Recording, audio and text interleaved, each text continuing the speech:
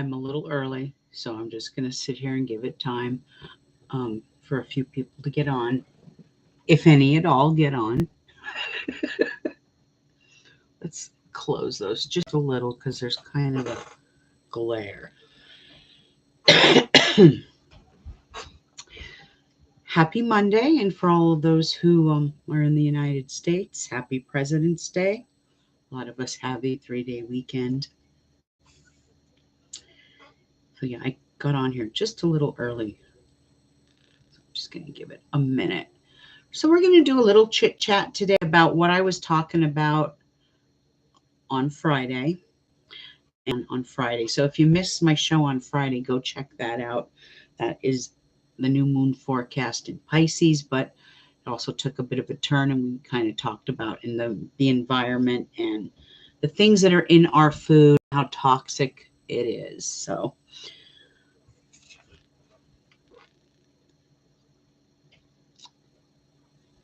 I'm going to start speaking when it hits 3:30. I do have my software up, so if there's anybody in the chat and they want a mini reading, hit me up. I can do that. So while we're waiting, since it is a new moon in Pisces, I was going to pull some cards today anyway. Hold on here. We get them out of their case.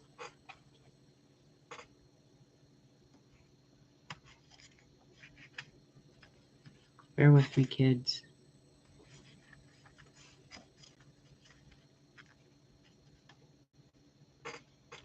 There we go. So I had pulled for this new moon. This kind of just popped out. The Knight of Wands.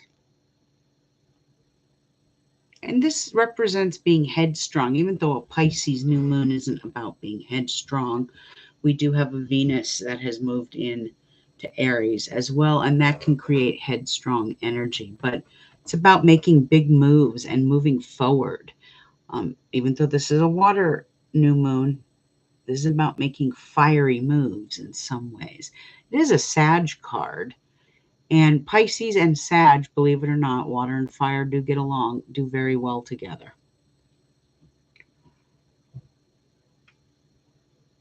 But this is about positive change, ambition, moving forward. So it's a very good card for the world at large and for this new moon mantra. So, Knight of Wands. Very good card. Okay, so it's kind of quiet in here, so I'm going to make this quick. So on Friday, I was talking about the crap that's in our foods. There's a lot of it. And I'm not a big fan of Coast to Coast. I don't watch that show, but my mom had told me to give this lady a listen. And so I couldn't think of her name the other day, and I do apologize, but her name was Dr. Renee Default, spelled Dufault, Default, Renee Default. She does have a book out, and she is a retired FDA investigator. I'm trying to read my mom's writing. Hold on.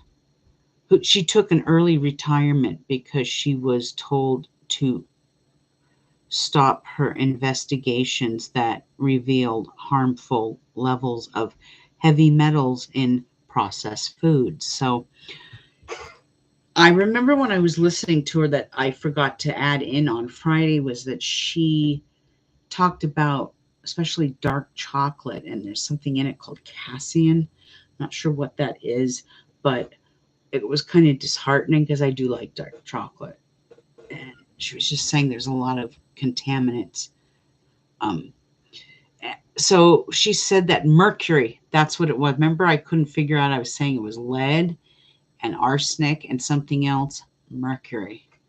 Mercury has been found, hold on, in infant formulas, lead and cadmium, Cadmium, has been found in various brands of dark chocolate, which was very heartbreaking, like I said. Um, Lead buildup, they're saying it's in the bloodstream. And I was talking about this Friday. It's in the bloodstream of children, especially with that are on the spectrum or ADHD. But they're also saying that, excuse me, children with high levels of lead are usually ADHD, and they're saying that mercury and lead accumulation presents in children a diagnosis of autism. So she was saying that most children that are on the spectrum or have ADHD always test with some sort of, fortunately, lead or mercury in their bloodstream, which is horrible to think that is happening. So she talks about the things you need to avoid with foods, food coloring, vegetable oils, uh, refined foods, corn sweeteners. So this is like your high fructose corn syrup, um, bleach flour. I've known about that for a long time. I'm really picky about the flour I buy. It has to be unbleached, or I won't buy it.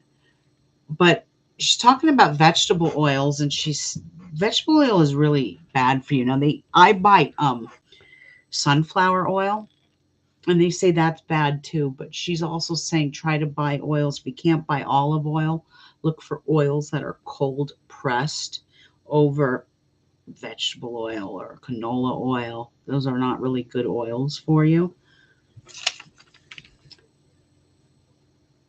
And buy cold pressed oils. I think I covered all my notes on that. It's a very quiet day today, so I might not be on here too much longer. I am cooking dinner, but I did want to get on here and pull a tarot. Um, I included a tarot of the month. I made it public. It was actually an accident, and sometimes accidents work out in my favor. And I'm going to start sharing one public thing a month that I would normally only share with Patreon. Um, Even Patreon wants me to do this, so I'm going to start doing that. But it is Pisces season, so let's pull an oracle card for all of our Pisces, and then I'm going to end it.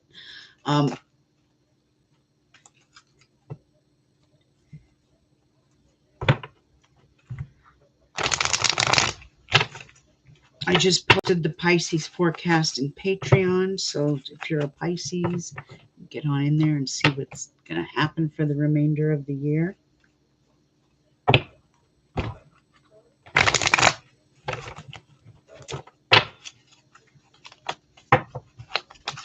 So happy birthday to Pisces. It is Pisces season. It is official as of the 18th. And what messages does Spirit have for our Pisces?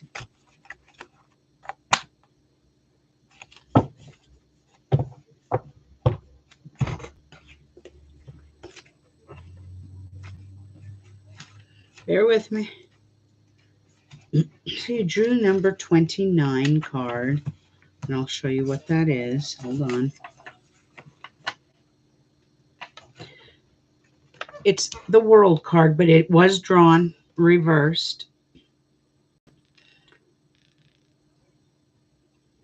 Trying to, if I put the light on, there'll just be a glare. So it's a very beautiful card.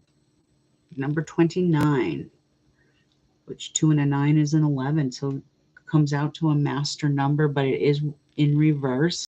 So the message that the universe is giving Pisces, technically this is a card of expansion and opening up. When it's in reversed, it's about receiving the world. Reverse means that you've been severely limiting your views of things. You're thinking too narrowly, either in your opinion, for action, or for what you feel you deserve. You may be feeling boxed in by old ways and old views and doing things, not quite sure how to expand. This card calls for you to think creatively outside of the box and find yourself in the now.